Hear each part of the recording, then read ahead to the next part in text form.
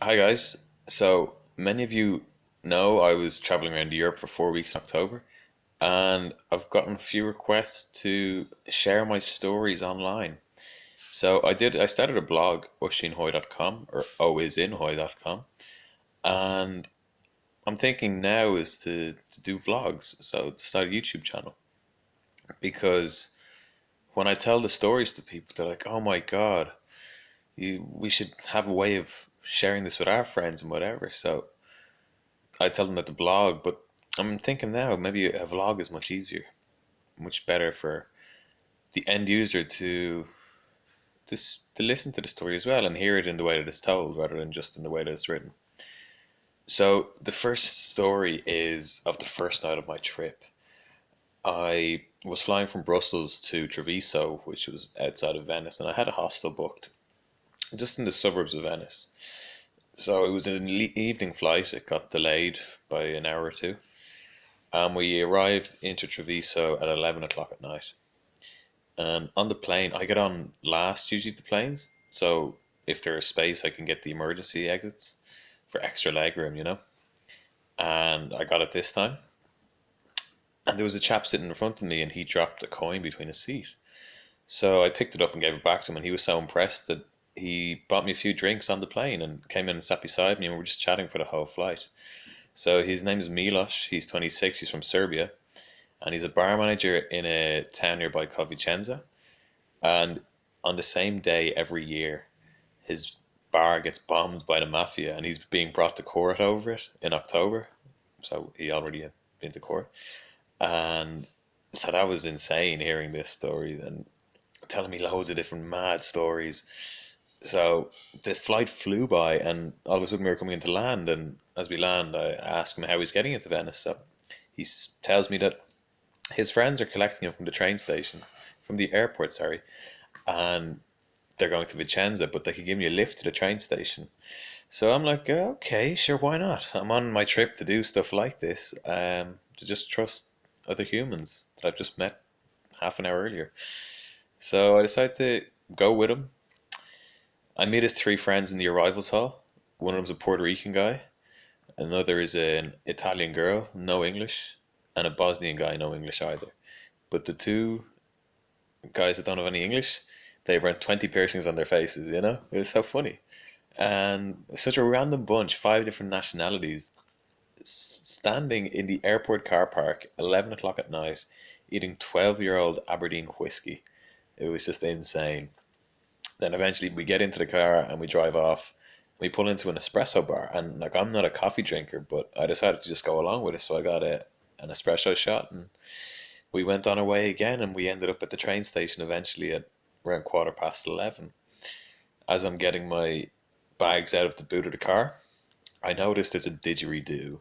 What the hell, a didgeridoo? I'm in the middle of nowhere in Italy, 11:30 at night on a Monday, and there's a didgeridoo in the back of this random guy's car.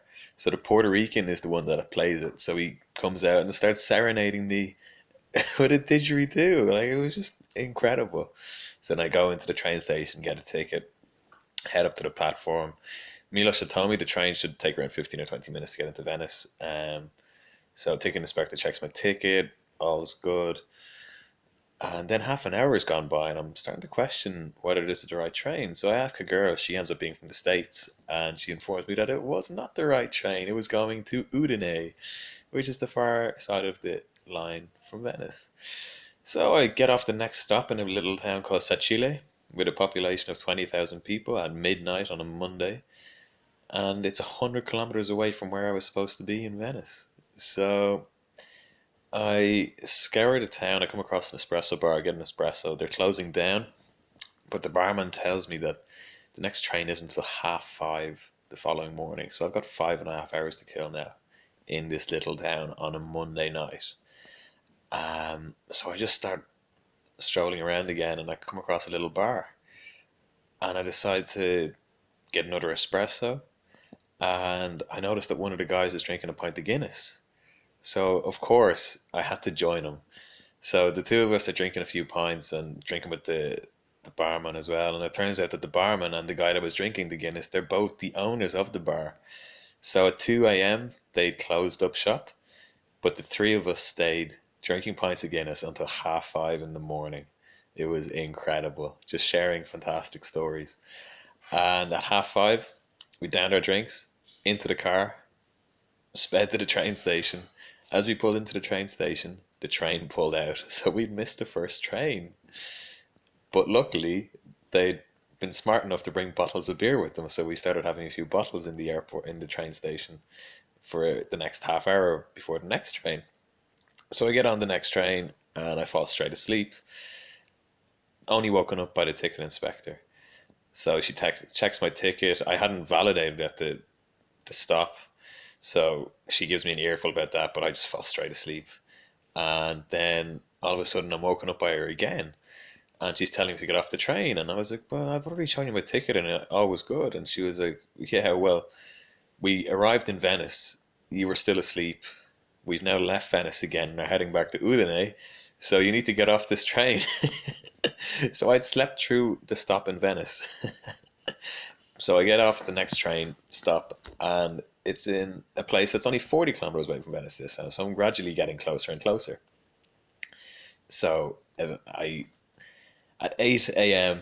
I eventually get into Venice, and I just get lost in the streets. The best way to do Venice, in my opinion.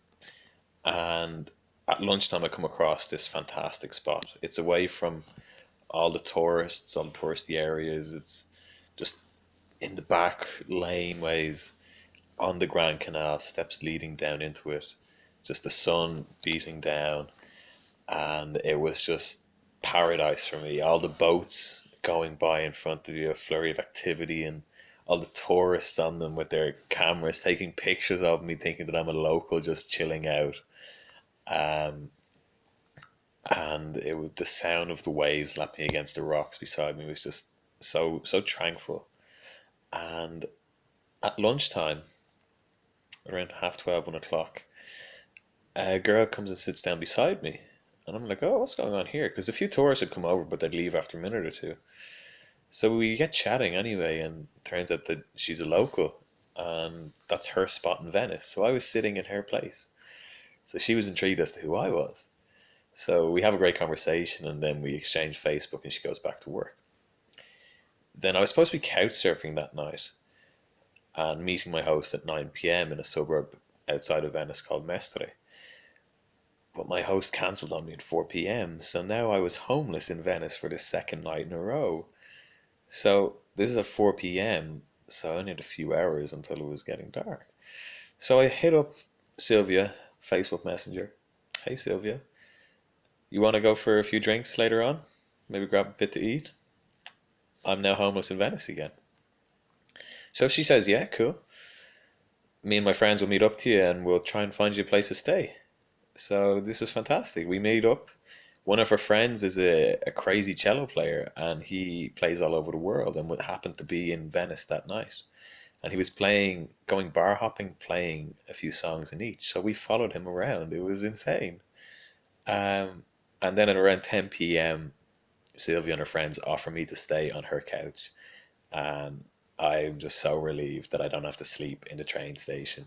And it was fantastic. And that's not where the story ends. Like, we were walking to the dock because she lives on an island called Lido, which is off the main island. And we passed by their old high school, which is an architectural school. And they'd graduated 8 years earlier, but they'd never been back. And this is a Tuesday night at 10:30, and the door is open. So, of course, we just go inside and start looking around their old school, and the emotions are all flooding back to them and all. And I'm just there. I've only met these people a few hours ago, and I'm already experiencing some big life moment for them, you know?